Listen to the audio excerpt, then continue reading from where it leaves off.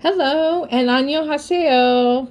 I'm coming to you today because I'm bringing you another video. I thought I'd make this one a little more fun and that I would just bring you a little bit of information about South Korea and kind of show you the map again and showing you the different areas as you see in my videos that I've been sharing. And as you see that this is the northern top part of South Korea, and this is the southern part of South Korea. And you see Busan here and where we're going to be staying, and you've seen some of my videos where we're doing this area, we're planning on doing this area, and we're planning on doing this area, and we're planning on doing this area. So now this map will give you a better idea of the areas of which we're trying to do. And you see I've been trying to do some research and trying to find out how fast we can get to different places, how far we can go. Well, I thought this one would be fun for me to just touch on a few things about South Korea for people who do not know that much about South Korea. So I want to start out by saying that South Korea first started becoming on the map from Train to Busan. A lot of people have seen the Train to Busan. I have not. It was not quite my cup of tea.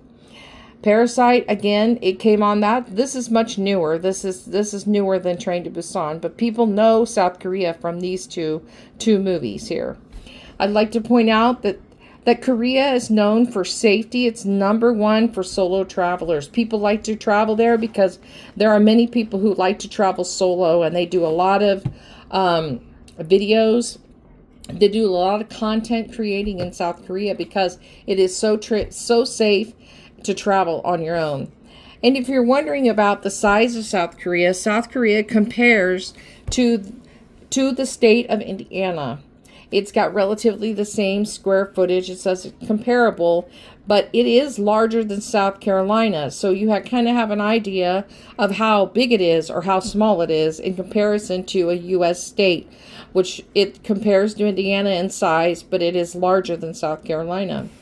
I'd also like to tell you about the number of people that live in South Korea, because I know people were concerned about North Korea up here. Well, I'd like to tell you that there's 51 million people that live in South Korea. And I'd like to tell you that the majority of those people, the heaviest population is Seoul, which is right here. There are 9.2 million people that live here in Seoul. And the size of the cities, it is Seoul is number one, Busan, which is down here, which is the ocean. This is where the next group of populated people lives. And Daegu is here, just closely up above here. Then we also have Incheon, which I have shared. Incheon is where the international airport is, and it's only an hour from Seoul. So you see that the four largest cities are these four here, and they're relatively close. These are closer to the south and the water and the ocean, and you notice there's kind of a gap here. There's not a lot of cities in here. So we're populated up here, then we've got a little gap in here. And then we have these cities down here near here, and then we've got this group down here, and then we have the grouping here. We're going to try to get through this middle part. We're just really going to try to see how much time we have and how much we can get through.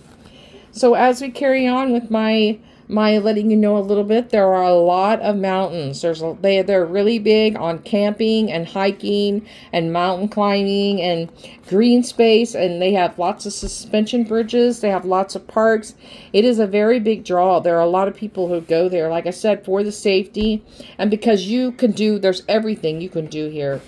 They are known for kimchi. South Korea is known for their kimchi making and their kimchi eating. It's just a very big, because it takes an acquired taste. I'm not a super fan of kimchi because I don't really like to eat spicy food, and it can be pretty spicy. I like cabbage, I just don't like kimchi.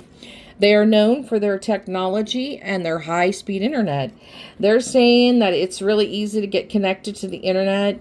They're saying that it's pretty widespread. Unless you're out someplace, out in the middle of nowhere, they're saying that you should be able to connect to the internet pretty much anywhere you go. They have the best transportation. In a city that has 51 million people, in a country that has 51 million people, and a city that has 9.2 million people, they have to have good transportation. They've made it to where it's really easy to get all throughout South Korea. They want to encourage people to have the work-life balance. They do work really hard. They work a lot. So when they're not working, they want people to have options to be able to do things. I'd also like to point out that Korea is known for their many festivals.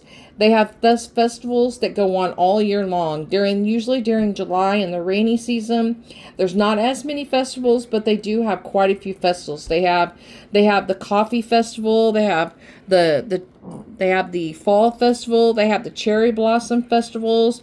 They're known for their many themed cafes, and they have a lot of different cafes that you go, and they have lots of different themes. Sometimes they even have like nature built in, like waterfalls, and they have lots of activities. They want you to come, and they don't mind you lingering. Sometimes they say that you can go to a cafe and somebody can go there early and they can stay there for hours, and they're not really bad as long as you've purchased a drink, you've bought a drink, and you're there, and they allow you to stay there. They don't like force you to leave. They're also known for K-pop. Everybody who's heard of Korea probably knows about K-pop. And of course, BTS. We know that BTS comes from South Korea, and that really did help put South Korea on the map with BTS and the army. And they're also known for their soju, which is like a vodka type, but it's made with rice. So I just was kind of wanting to give you a little bit of information so that you can be a little more familiar with South Korea, so that you'll be more interested in our trip and wanting to hear about the different things that we're going to be doing and the many different areas that we're going to be trying to travel through. And there's different areas, and as you can see, this area is Gyeonggi, this is Gangwon. They have little areas that are in a different, like, this is Chungcheong. And there's just north, and there's south. There's North Gyeongsang. This is South Jeolla, and this is South Gyeongsang. And I apologize if I'm not getting some of this pronunciation right. I am working on my Korean. I'm knowing how to say hello and how to say goodbye, how to say thank you, and I know how to say friend. We are saying to our friends, 안녕하세요, 친구. We're saying hello to our friends, and we're thanking you for watching the video, and we hope that you really enjoyed hearing about the different things of South Korea and the things that we're going to be doing, and feeling a little more of a connection to us in our trip. We hope that you'll stay tuned, and I'll say domaneyo is thank you, and we'll see you later.